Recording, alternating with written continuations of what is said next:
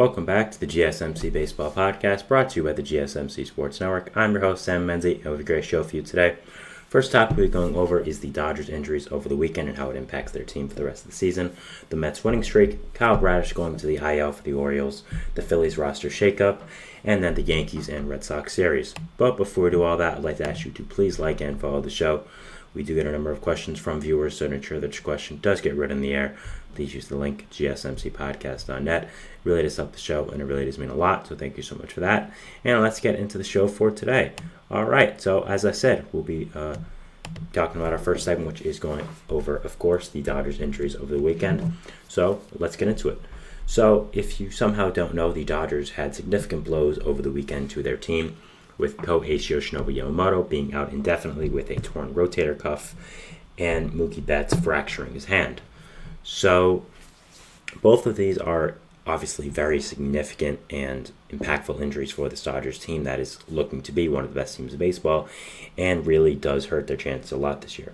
So going over Yamamoto, at first we thought this was a tricep injury. He left his start against the Kansas City Royals after 2 innings pitched, and it was reported that he had a triceps injury and that is why he left. And obviously that is still a significant injury. I'd say that's still an injury you don't take lightly, but at the same time, it's not an arm injury, and for a pitcher, an arm injury is basically life or death.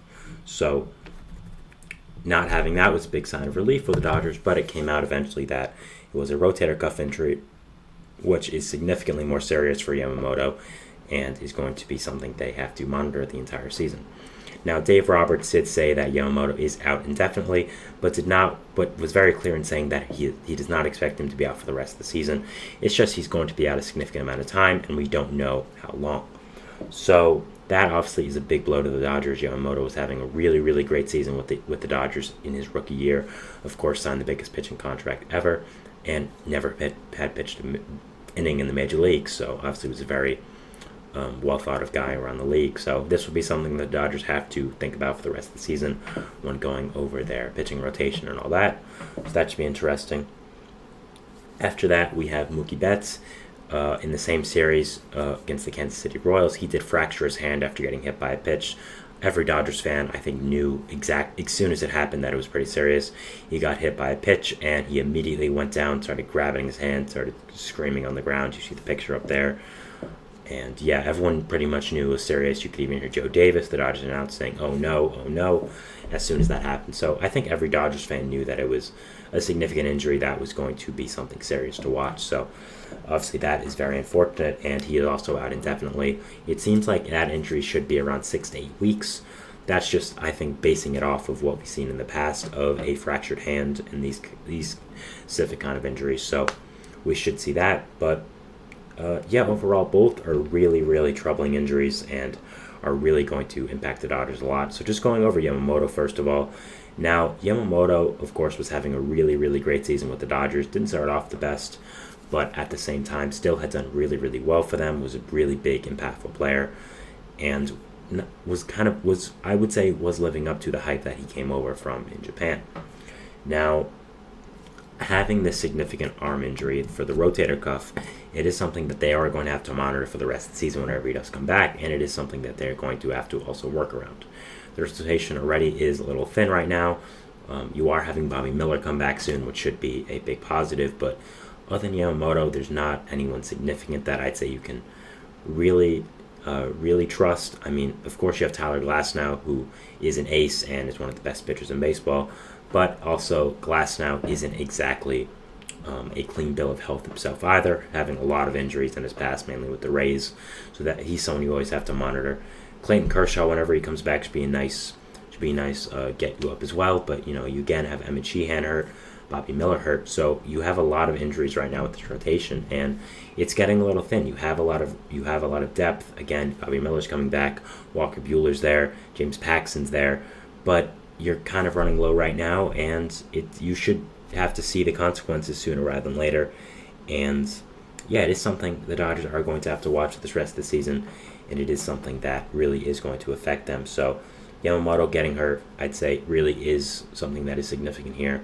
And the thing about Yamamoto was, I also don't think he had reached his full potential. I think there was a lot more of going up for him. I think when you sign a player like him, you don't expect him to just be good right away and stay that way. No, you expect him to be good at the start and then keep building and being a better and better player. And I think he was doing that. I think he was showing throughout this entire year that he was becoming a better player and was developing more and more. And by the end of the season, I would expect him to be a top 10 pitcher in the league. And having this big setback right now is something that really is going to haunt the Dodgers for the rest of the year, and really is something that is really, really significant to this team. And any arm injury for a pitcher nowadays, especially this season, which is just the year of the arm injuries, you do have to monitor. You do have to take as a huge deal, as something that really is entirely significant. So, an arm injury like this is really going to affect the Dodgers, and very, very interested to see where they go here with this rotation. They also did place Michael Grove on the IL with Yamamoto and Mookie, but he's not that significant of a piece. He's just a guy that I think is more depth. Still a younger player, but isn't the best, and again, isn't really too much of a worry for the Dodgers team. So, it's going to be very, very interesting to see where the Dodgers rotation does go from here. There's a lot of different ways they can go, a lot of different people they can put a lot of trust in, but right now, you really got Glasnow, Buehler, Paxton, got Gavin Stone, Landon Knack, really, some Ryan Yarborough a little bit. So as much as Glasnow's really good, Buehler was good, Paxton's okay, you're not very confident in this rotation as you once were. Again, Kershaw could come back soon, but it's 2024. Really, how effective is he going to be? I don't think he's going to be the Clayton Kershaw of the past. So that's something else to watch. But I think it's worth wondering right now if the Dodgers do look for a trade for the pitching staff. There's a lot of players available, including Garrett Crochet of the White Sox. He's one of the big pieces. Jesus Luzardo of the Miami Marlins. Also, if the Mets sell, we'll be talking about that in the next segment. You can also trade for Luis Severino or Sean Manaea. So there are a lot of options here for the Dodgers to get a pitcher. And I think at this point, with Yamamoto being out for a good amount of time and maybe even having some lingering injuries after that, I think getting a pitcher or trading for one, at least looking into it, is the right course of action for them. And it is something that I am watching for the rest of the year. Now, moving on to Mookie, this is also a obviously significant injury. I think at this point, Mookie was maybe the top leader for NL MVP. He was having an amazing season, both with the bat and the glove, seamlessly making a transition to the middle infield after being an outfielder for most of his career. So that was very, very impressive with him. So, obviously a very significant injury. It seems like right now that Kevin Biggio and Johan Rojas will be playing in the middle infield for it. Biggio will be playing mainly second and third base like he has been, and it'll be Enrique Hernandez and Miguel Rojas playing shortstop, both more utility players that can fill in a hunch but aren't really guys you want to be starting. So going from the production of Mookie Betts, who is an MVP level player, to lower level bench guys in Miguel Rojas and Kike Hernandez is very significant and something that is really going to be impacted for the rest of the season. Now, I think when it comes to bench guys, both Hernandez and Rojas are upper echelon with being high level bunch guys for a good amount of years now, but they're just not guys you want starting when you're trying to win a pennant. And I think the Dodgers are going to see the effects of them playing every day sooner rather than later. So that is something I have to watch here. But you don't have many better options right now. And again, I think it'll be interesting to see, as the Dodgers, do you look for a trade here? I don't know what shortstops are really on the market. Willie Adames was someone that was floated a lot throughout this offseason, but Adames now with the Brewers doing very, very well doesn't seem to be on the trade block. I don't know why the Brewers would trade him. The Dodgers could look to sign him in the offseason. I still think that's a very likely possibility, but I don't think that he'll be traded. Other than that, I don't know of any other shortstops that really are on the market. Paul DeJong of the White Sox is having a really, really fantastic season and could end up making his way to the Dodgers. I wouldn't be surprised about that. Luis Rengifo of the Angels is another option that could play shortstop and could come across the Dodgers and play there. He was supposed to be traded to the Dodgers a few years ago in the Mookie Betts trade, originally when it was a 3-team trade. They had Jock going to the Angels back when he was there, so he could potentially fulfill his legacy in going to the Dodgers now, but that'll be something interesting as well. But I don't really know of any other top high-level shortstops that are pretty good on the market right now. I think that the Dodgers might have to look for scraps here and have to go with Kike and Rojas till Mookie's back, so it'll be really, really interesting. I mean, this Kevin Biggio trade is looking better and better now that you had this significant injury and hit to your middle infield depth. He really helps with that. So another good move there by Andrew Friedman, but I think they are going to have to look for a trade. I don't think they should force it, but if there is someone who is very, very good that does come on the market, they could look for that. I think a potentially interesting situation could be to trade for Jazz Chisholm. Jazz Chisholm, of course, isn't a shortstop anymore, but once was. Plays really good defense, hits righties very well. Obviously plays center field now for the Marlins, but if they look to move him, the Dodgers, I think, could look to acquire him to play shortstop. He's also a long-term player as well, who could fit into your outfield plans in the future, play center field. You need help there as well. The problem with that is he apparently has a lot of beef with Miguel Rojas, who, of course, is on the Dodgers. So they don't really like each other from what we've heard. Chisholm kind of thinks Rojas is a little bit of an older style player who doesn't really agree with Chisholm's way of playing the game. Very electric, bat flipping, kind of high electricity, so all that. So that could be a potential roadblock there, but I'm sure if the Dodgers have their heart set on Chisholm, they could look to acquire him and would talk to Rojas about it. But that's just something that popped in my head and could potentially be a fit. But overall, it'll be very, very interesting now to see what happens with this Dodgers team. Yamamoto and Betts are both significant parts of this roster, and having them out for what looks to be a little while is going to be a significant thing for this team, something that is going to affect them for the rest of the year. There's a lot of good teams in this NL right now. Brewers are doing very well. You have the Phillies doing amazing. It'll be interesting to see if the Dodgers can keep up now. Of course, still have amazing talent like Shohei Ohtani, Freddie Freeman, but we're going to have to see what does happen with this rotation and this lineup now with Betts and Yamamoto out. So that was me talking about the Dodgers injuries here for our first segment. We're moving into our second segment, which is going to be talking about the Mets and their recent 5-game winning streak. Are also 11-4 in their last 15, 1.5 out of the wild card. We'll be going over that more in the second segment. But yeah, we'll be talking about that, and we'll see you after the break. So thanks, and bye. There we go. I feel like I'm losing my mind. Is everybody in the world blind? Please, Lord, give me a sign, a sign. I feel like I'm losing my mind. Is everybody in the world blind? Please, Lord, give me a sign, a sign.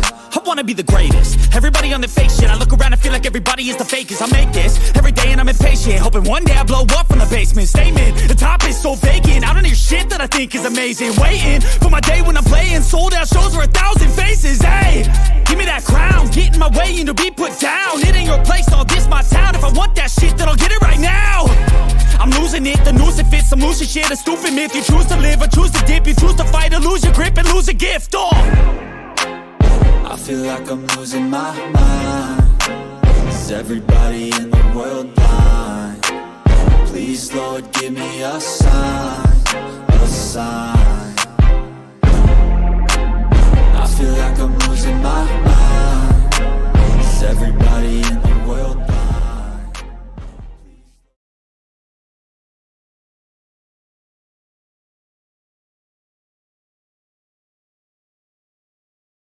Oops, sorry, did my whole spiel and my microphone was off, so that's nice. Welcome back to the GSMC Baseball Podcast, here bringing you our second segment. But before we do that, I'd like to ask you again to please like and follow the show. We do get a number of questions from viewers, so to ensure that your question does get read on the air, please use the link, gsmcpodcast.net. It really does help the show, and it really does mean a lot, so thank you so much for that. And let's get back into the show for today. All right, so as I said, we're moving into our second segment, which is going to be talking about the Mets. Everyone loves the Mets, don't they? Their recent winning streak and just going over what's kind of clicking for them. So let's get into it. So as you can see on the screen here, if you are watching on YouTube, there is a big purple blob. And you might say, okay, well, what does that have to do with the Mets? Well, funnily enough, this is kind of becoming a little bit of a thing on the internet right now with the Mets. So they are currently 5-0 since Grimace, the mascot of McDonald's, threw out the first pitch at the game. So I just thought it was a little fun thing to put out there. And it is pretty funny, I'd say, being 5-0 since this guy threw out the first pitch. I think it's just a good rallying cry. And us Mets fans, I'm a Mets fan, you can see the millions of jerseys behind me. We need something to hold on to right now, something to rally about. And this is just fun. I am going to be, unbiased in this segment. But yes, I am a Mets fan. And this was very fun, I think, with this Grimace thing. So, yeah, as I said before, the Mets are on a winning streak. They're 5-0, just swept the Padres, who are a very good team. They're 1.5 out of the wild card now, which seems cool, but there's like 7 teams, 1.5 games out of the wild card. The NL's crazy this year, so I don't really know. And they're, most importantly, they're 11-4 in their last 15. And they've played the Diamondbacks, they've played the Phillies, the Marlins, the Nationals, and now the Padres. Marlins and Nationals, yes, are easy. Diamondbacks still have a lot of talent. Phillies are a great team.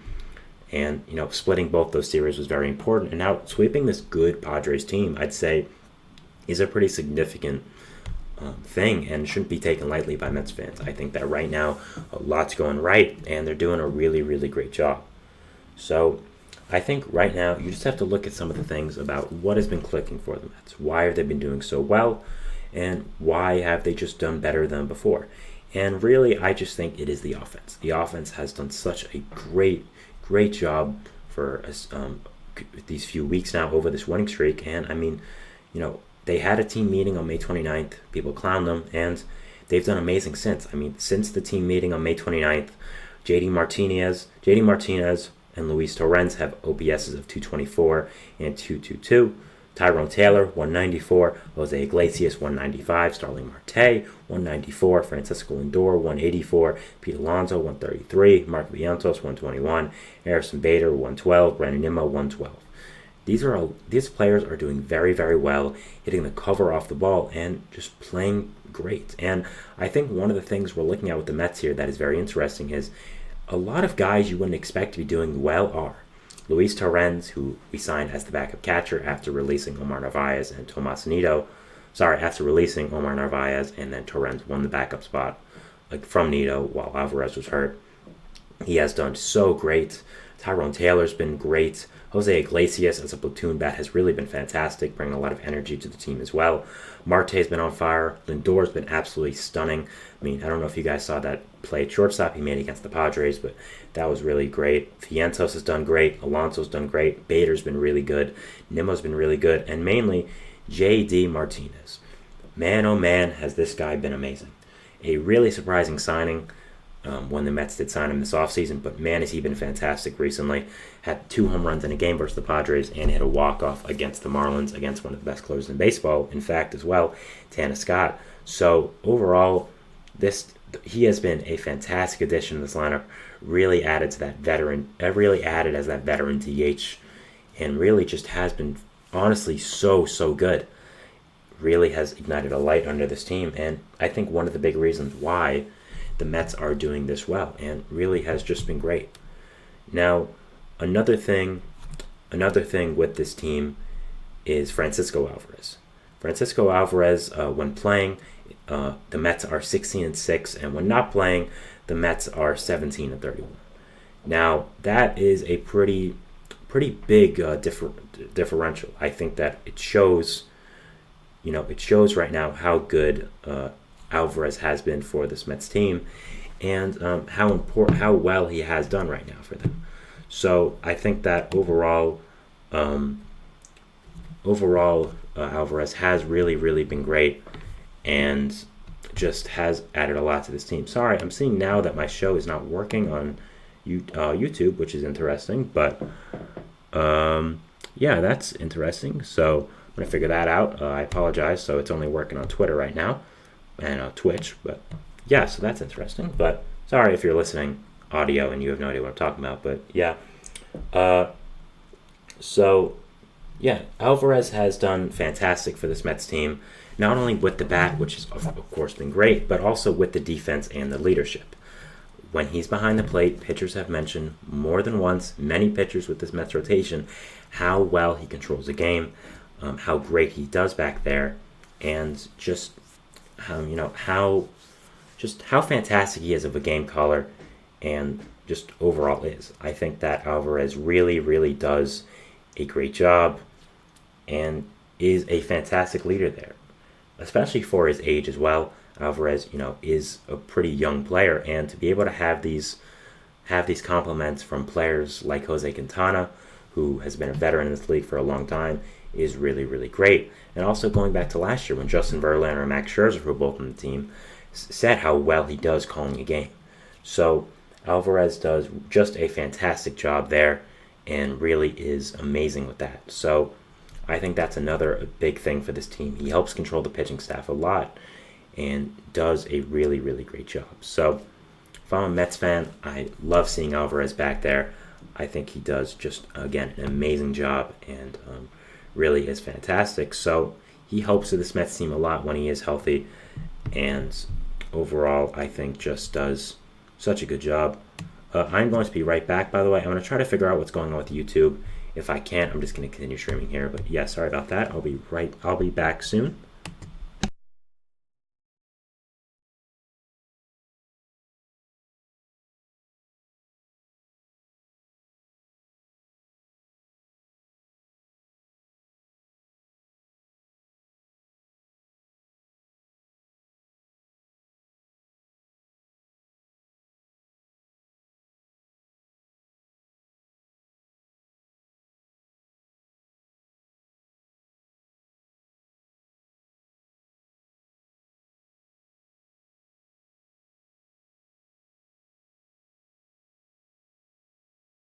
Sorry about that, guys. I don't know why it's not working on YouTube. I do apologize about that. But yeah, I'll have to figure that out after the show. But going back to Alvarez and the Mets, yeah, he's done really just an amazing job behind the plate and really has done such a good job calling these games and just been a significant presence here for this Mets team. Again, has done a fantastic job and yeah, I think has just been an amazing addition to this Mets team and really does help out the pitching staff when he is behind the plate. I mean, watching the Mets games as a Mets fan, you can see that pitchers do feel much more comfortable behind the plate with him. So, yeah, I think he does an amazing job there and really is great. So, yeah. And I think the question we have to ask ourselves is, how good really are the Mets? Because they've been up and down really all year. There's really been no consistency with them. So, what you have to ask is, how good are they? And I think they're good. I think that's really what it is. The Mets have a ton of talent. I mean, you have stars up and down the lineup with Alvarez, Alonso, even McNeil, who has done absolutely horrible. Lindor. You also have Nimmo, Marte. I'd say Bader's a well-known name. And the rotation as well. Senga's injured, but he's a good presence as well. Bullpen, Diaz is there. So there's a lot of talent on this team. It's just, can they stay consistent? I think right now the Mets need another starter, which should be fixed once Christian Scott comes back up permanently. They need another infielder with Jeff McNeil playing absolutely horrible. There are some infielders available, like I said, mainly the same ones I mentioned with the Dodgers. So those guys are available there as well. Also, you also maybe need some other late relievers with Brooks Raley going on the injured list for the rest of the year and Adam Ottavino not playing up to standard. So I think you need some additions there. But overall, the Mets are very, very good. I think have a lot of talent. And if they make the playoffs, I wouldn't be surprised. And I think they're overall a really good team and have done a really, really great job. So, yeah, I think this team has been very exciting and just is just a good team. I think there's a lot of talent, and I'm very excited to watch them with the future. So, yeah, that was our second segment here, talking about the Mets winning streak and just going over what's been clicking for them. So yeah, we'll be going to our third segment now, which is going to be talking about Kyle Bradish and him being placed on the injured list for the Orioles. So we'll be going over that. If the break does take a tiny bit longer than usual, I do apologize. Again, trying to work out these technical difficulties of the show not being on YouTube right now. So yeah, we'll be talking about that, and we'll see you after the break. So thanks, and bye. Looking for your daily fix of sports talk without having to pay for it? GSMC Sports Network is available on YouTube. Just search GSMC Sports Network. Get your fix of daily sports talk shows on YouTube, absolutely free. NFL, college football, NBA, MLB, MMA, UFC, fantasy football, and so much more. GSMC Sports Network has shows running all day long, with new sports shows starting every 2 hours. Just like on your favorite cable sports channel, except GSMC Sports Network is absolutely free. Just search GSMC Sports Network on YouTube to catch one of your new favorite shows, like the GSMC College Football Podcast, Chip Shot Football Podcast, Hoops and Heels Women's Sports Podcast, GSMC Basketball Podcast, and so many more. Check it out for yourself. GSMC Sports Network, now available on YouTube absolutely free. Search GSMC Sports Network on YouTube right now.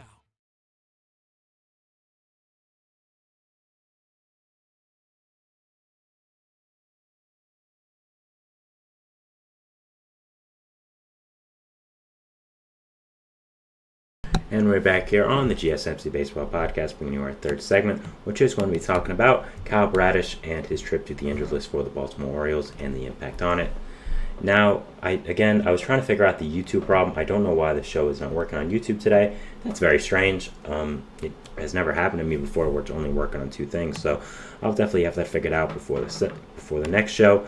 But yeah, something to sorry. I apologize for the inconvenience here. I don't know why that's happening, so I guess you Twitter people are lucky. So if you are watching on here, tell me hi. But yeah, going back to our third segment here now, which is going to be talking about Kyle Bradish and him going to the injured list for the Baltimore Orioles. Let's get into it. So over the weekend, it was revealed that Kyle Bradish has, again, a UCL sprain, and will be going to the 15-day injured list for the Baltimore Orioles. And obviously that is a big blow for them. Bradish is one of their better pitchers and one of the big reasons why they did so well last year. And having him go to the injured list is very significant, and not just because he's going to the injured list, but what he's going to the injured list for. And that, of course, is a UCL sprain, which is something he had in the preseason as well. He didn't start the year with the Orioles team having an arm injury, and having one again now is something that really is going to affect him for this year with the Orioles, and it's going to be a continuous issue, it looks like, and really is something that the Orioles have to deal with for the rest of the year. Bradish is a fantastic pitcher, but dealing with all these injuries now is something that he is just, again, going to have to deal with and is going to have to work out. Now, it looks like, again, this is going to be something that just bugs him for a little while, and I think there is a possibility of him getting Tommy John at this point. You've had two separate UCL injuries, and both, again, haven't gone to the level of Tommy John or something way more significant. But at this point, I think that overall, it is something that is going to have to be considered if you just keep having these types of arm injuries for him. Now, I don't know why this is happening with him, but again, having it right now is such a big deal and really is something they have to deal with. So the impact on the Orioles is obviously pretty large. I don't know why.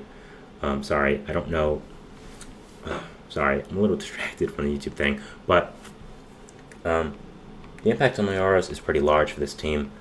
Overall, this rotation is already not up to its full standard with guys like John Means, Tyler Wells, Dean Kramer being on the injured list for probably the whole year, and you already lost a major amount of pitching depth. You of course already have Grayson Rodriguez and Corbin Burns, who are a very great top two for your rotation, but now with Bradish out, they really lack a consistent number three and a guy who is really, really great as well behind those two guys. So that is something that is very unfortunate, and I think they are going to have to deal with at the trade deadline. But the impact on the Orioles right now is pretty large. I think that, again, overall, the rotation has been a problem for the Orioles these past few years, and especially last year when they're competing. And finally getting a really good top three in Bradish, Burns, and Rodriguez is now compromised with Bradish's injury and is something that they are going to have to work out for the rest of the season. I think they do have to make a trade at some point, and there are a lot of players they could look to get from sellers at the trade deadline. Of course, you have guys like the Mets, who you could get from Sean Manaea or Luis Severino, like I mentioned with the Dodgers. But like I said in the second segment, I'm not sure if the Mets are going to be selling, so we'll have to see about that. But also from the White Sox, you could go in large and get Garrett Crochet, which could be something that would be a big move for you guys. Also from the A's, maybe get a Paul Blackburn, Marlins, Isaac Luzardo. So there are a lot of options for you. You have a really, really great prospect system, but overall, it is unfortunate that Bradish is out for this amount of time, and yeah, I think you definitely have to work through this, and you definitely have to be able to get another top tier arm for this rotation, because Burns and Rodriguez are very good, but that's just not enough. There's not enough players after that to be able to hold you within a playoff series, and if you're going to be facing a lineup like the Yankees or the Twins or the Red Sox even, or the Royals, someone like that, the Guardians. I think that you need a much better pitching staff, and Bradish going to the IL, and it's probably going to be for a significant time at this point, with this being the second one. It is something that you have to look out for and see. I don't know who's subscribed to the channel. I cannot see that on Twitch, but thank you very much. I appreciate it.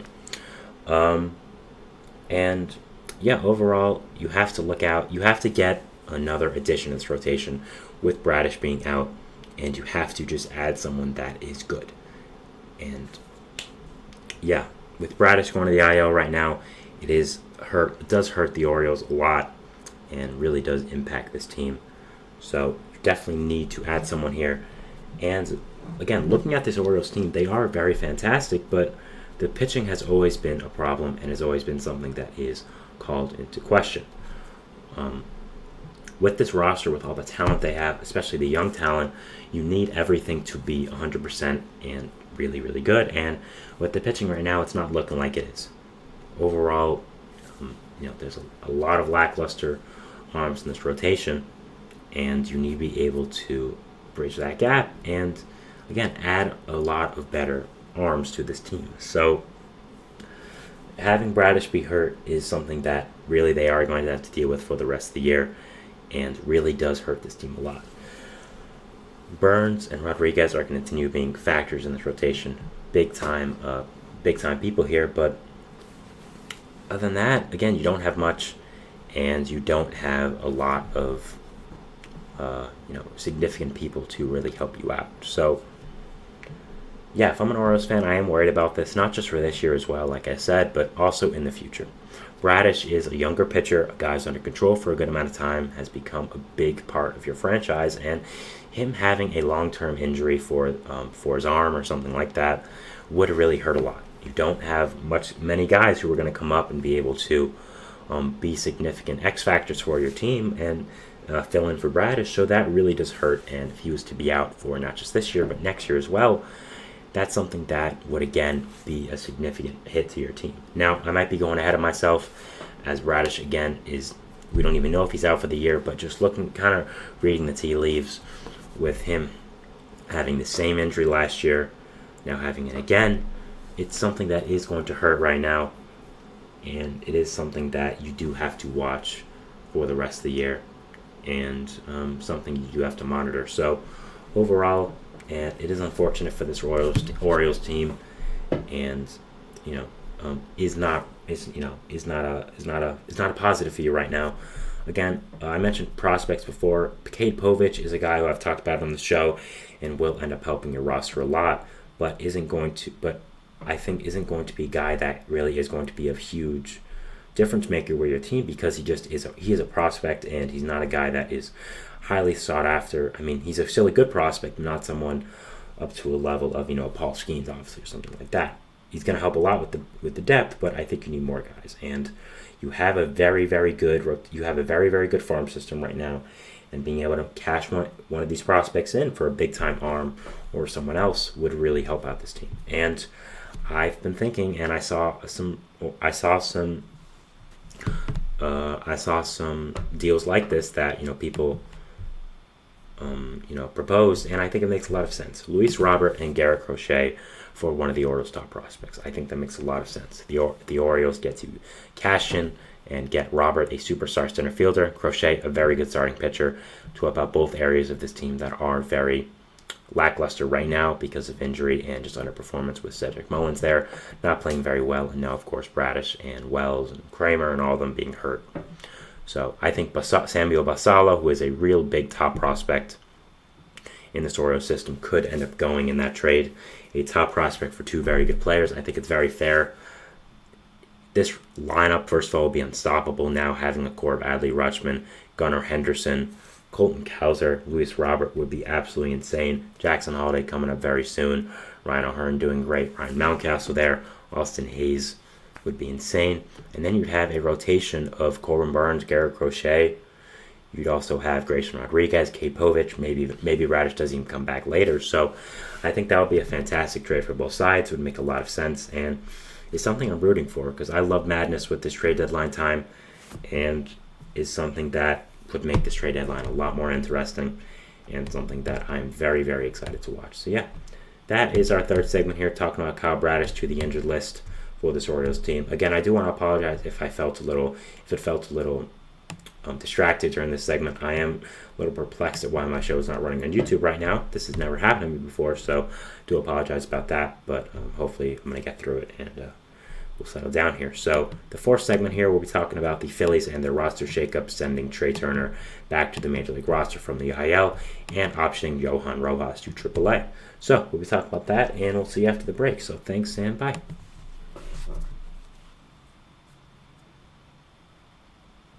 For the best and latest podcasts available anywhere, go to the podcast app on your cell phone and type in GSMC to access free content-rich podcasts on health and wellness, book reviews, sports, entertainment, relationships, social media, movies, technology, finance, and even weird news. Subscribe and download the GSMC Podcast Network's family of shows, available everywhere podcasts are found.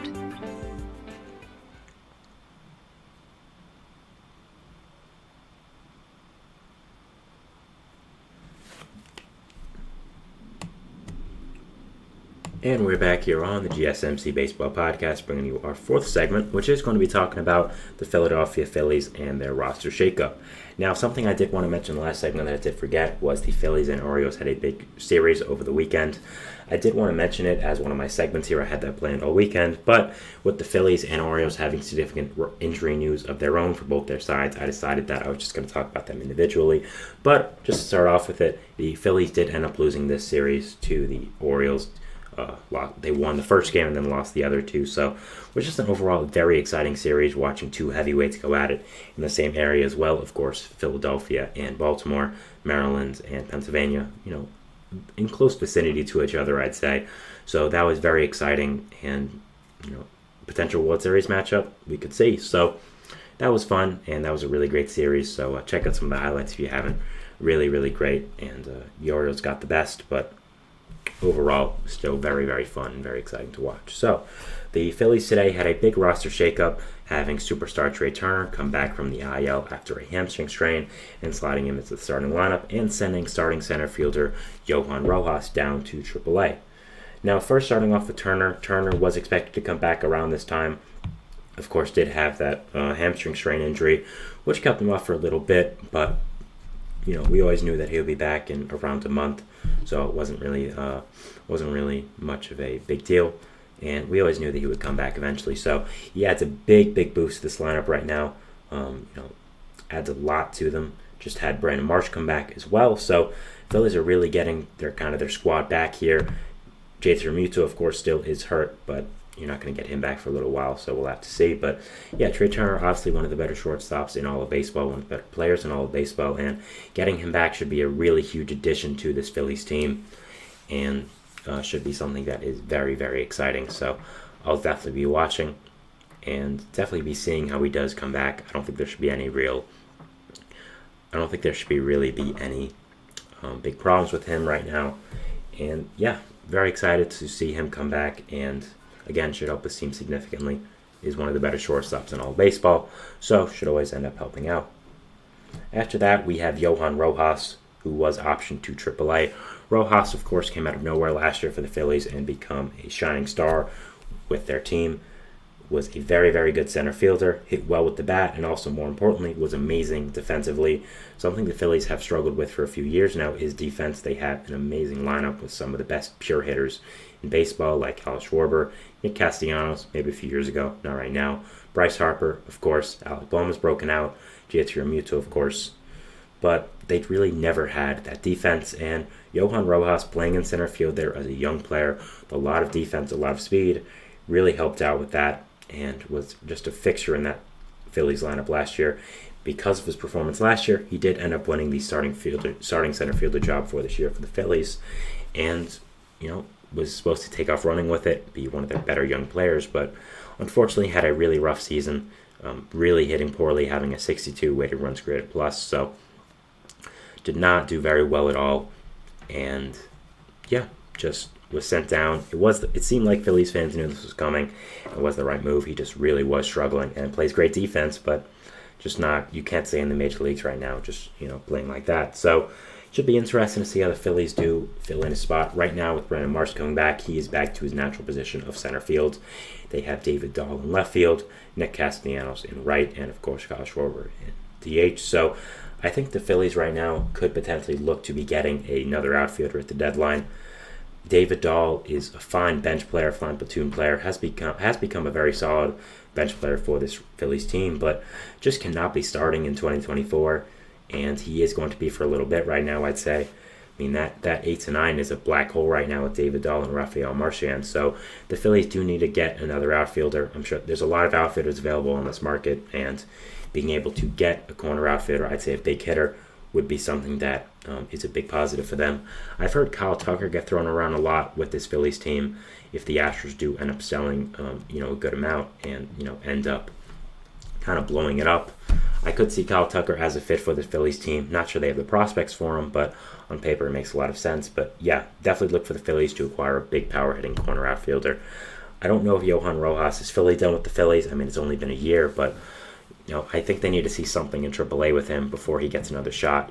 He has to hit for this Phillies team, and just did not do that this year. So definitely we're watching him, and definitely hoping that he does play very well. It was a really, really nice story for this Phillies team, and just unfortunately did not carry it over for this year. Maybe should be able to reset his mind back in AAA, get back in his element a little bit, hit easier pitchers, and we'll have to see. But we'll have to see what his future does look like for this Phillies team, and something I am definitely closely watching over the next few weeks or so. So the impact this is going to have on the Phillies team right now, again, is their lineup is going to get worse. Even though Rojas wasn't hitting, he still was a presence at the plate. People still knew of him. And right now, having David Dahl as your starting left fielder is not good. And having him 8 to 9, definitely not what you want to see. So you definitely need to add a hitting outfielder to your team right now. And, I mean, this Phillies team is still absolutely fantastic. Again, I've had them as the best team in the National League for a little while now. I still stick with that. Not only the lineup, but the pitching rotation is absolutely fantastic, with Nola and Wheeler shoving, Ranger Suarez being amazing, Christopher Sanchez being a good depth piece, Taijuan Walker doing better as of recently, Spencer Turnbull being an amazing signing. So the rotation is fantastic as well. The lineup is getting a lot better now with Trey Turner. I mean, this top 6 is really fantastic with Schwarber, Turner, Harper, Bohm, Stott, Castellanos. Nick Castellanos is struggling, of course, but he still is a name, and still people respect him at the plate, so that'll help a lot. And Schwarber leading off is just so scary. That's the first player you have to see. There's this big, imposing lefty bat who only hits nukes. Just incredible. And I love the way the Phillies line up this team, and it is very surprising to me still that an older manager like Rob Thompson would do this kind of thing of putting the big power head at the start of the lineup, when usually in the older generation it wasn't really built that way. But you could argue that he doesn't make the lineups, which probably is true, but we'd have to see. So overall, really great lineup here now with the Phillies.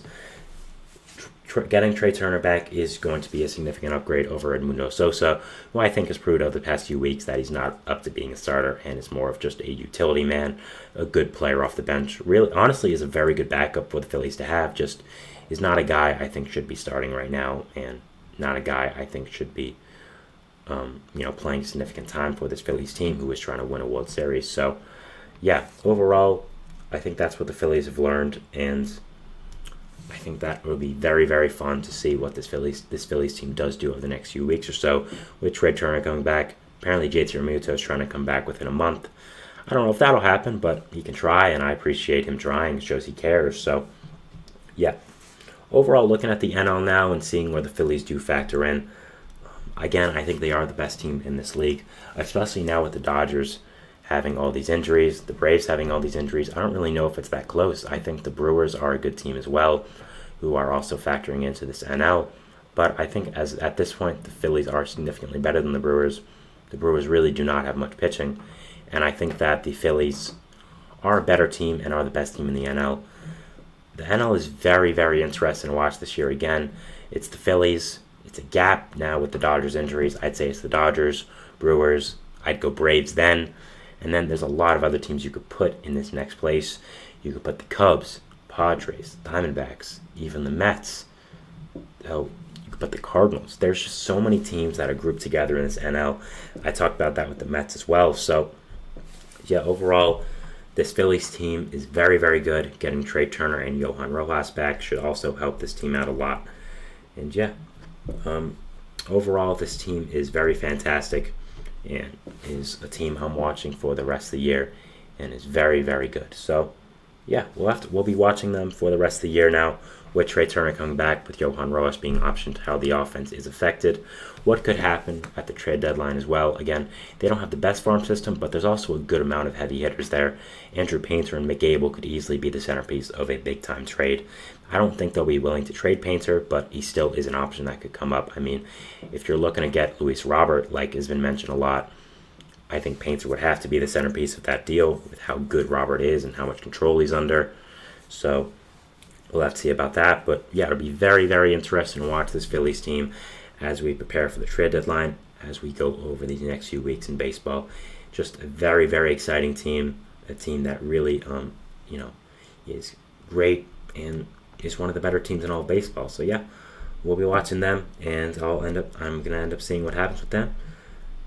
Amazing lineup, amazing team, and just really fantastic.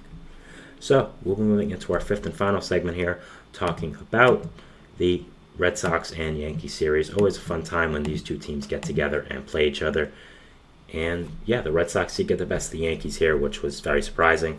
But we'll be talking about it, and we'll be seeing you after the break. So thanks, and bye.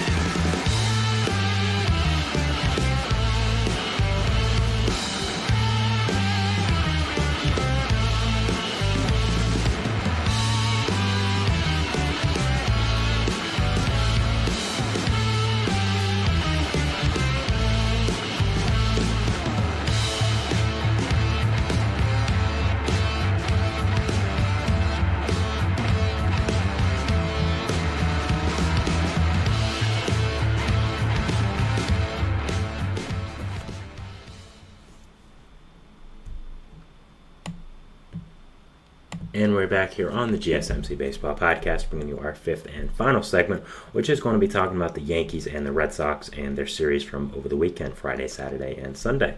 So let's get into it. Now, of course, the Yankees and the Red Sox are a historic rivalry. I mean, probably, in my opinion, the best rivalry in all of sports. I mean, I think only a few rival it, probably Bears and Packers is probably the only one I can think that really is as historic and as significant as this rivalry.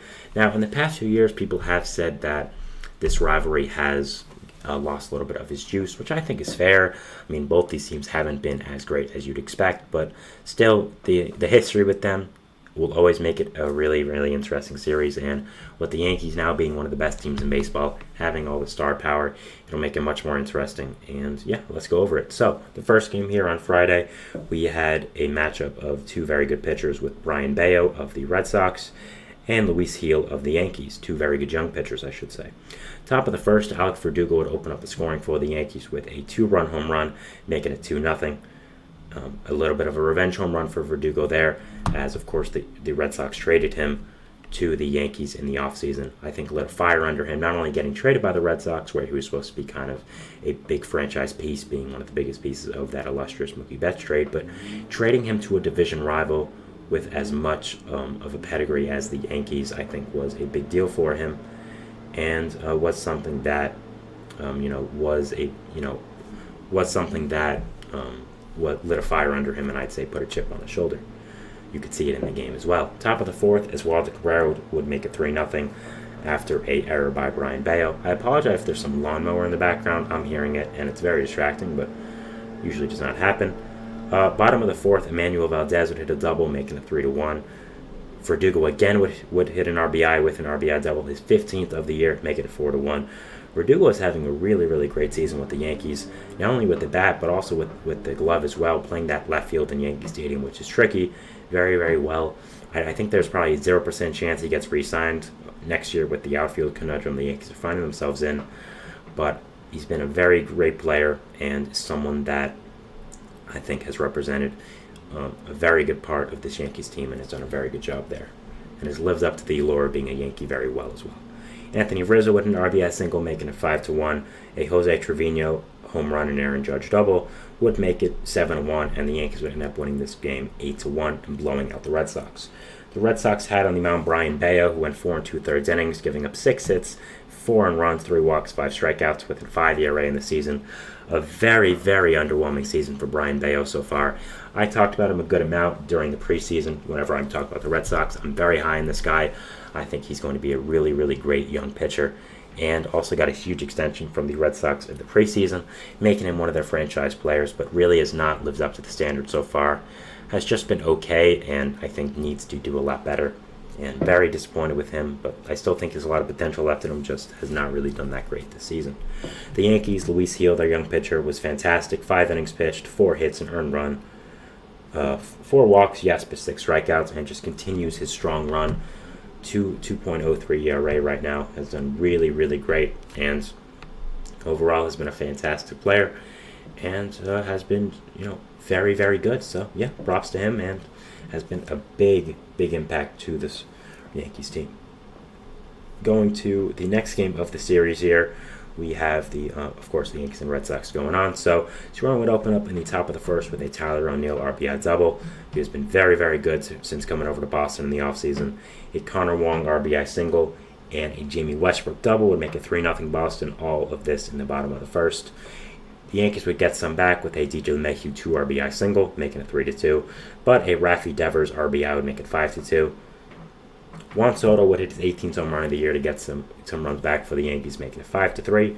But it would be no match, as the Red Sox would end up winning the game 8-4 with some runs and some luck after some errors by the Yankees. Really good job by the Red Sox team. Again, after kind of an embarrassing loss at home, did not falter and continued their strong run and would end up winning this game.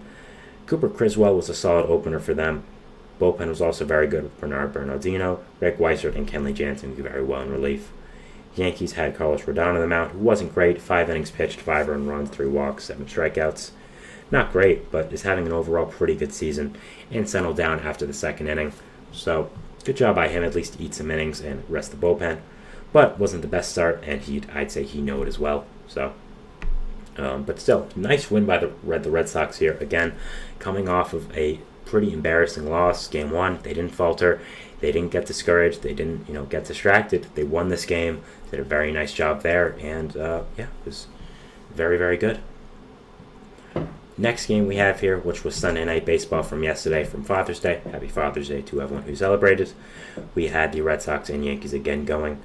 We had a matchup of 2 very interesting pitchers in Marcus Stroman and Carter Crawford.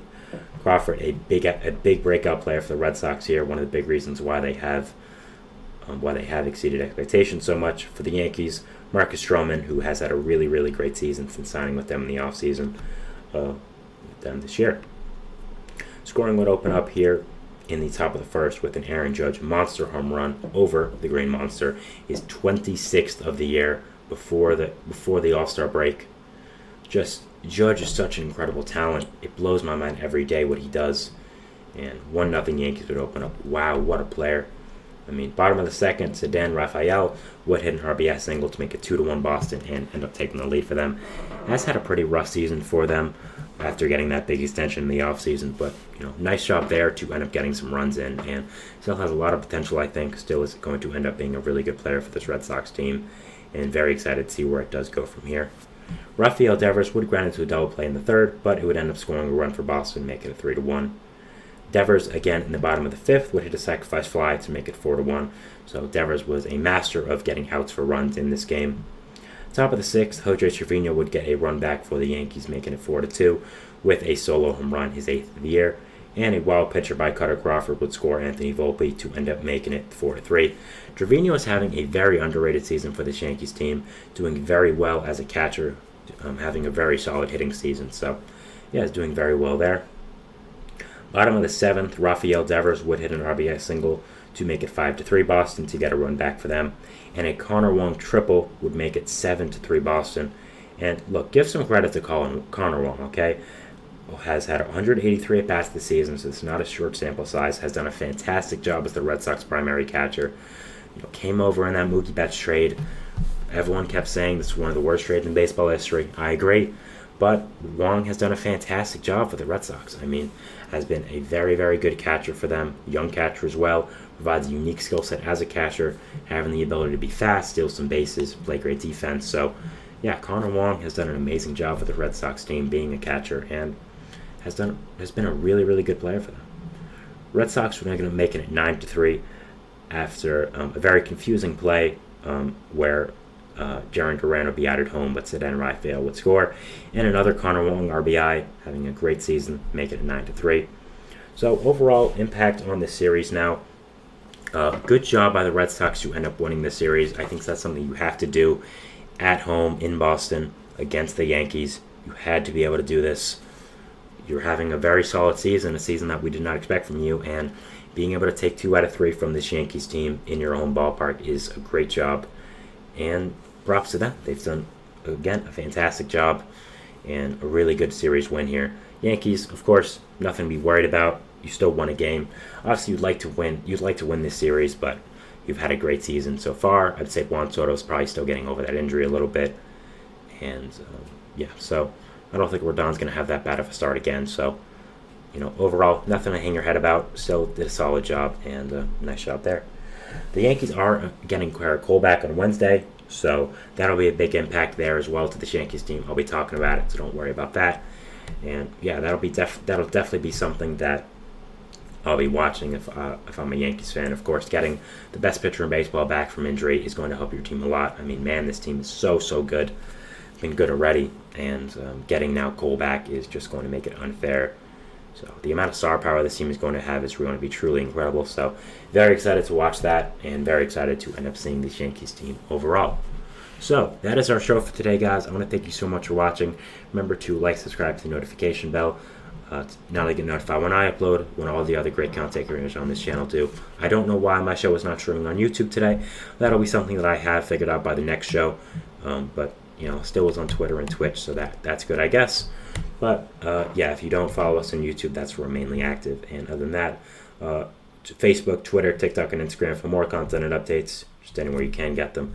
So thank you so much for watching again. Sorry about the technical difficulties. Have a great day. Happy Father's Day from over the weekend, and we'll see what baseball throws at us tomorrow. Thank you, guys, and see you tomorrow. Bye.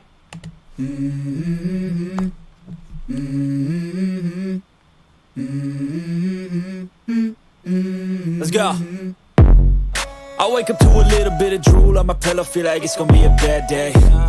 Yeah, I'm tired of shit, and the coffee ain't hit yet, damn, ain't that great. I don't wanna go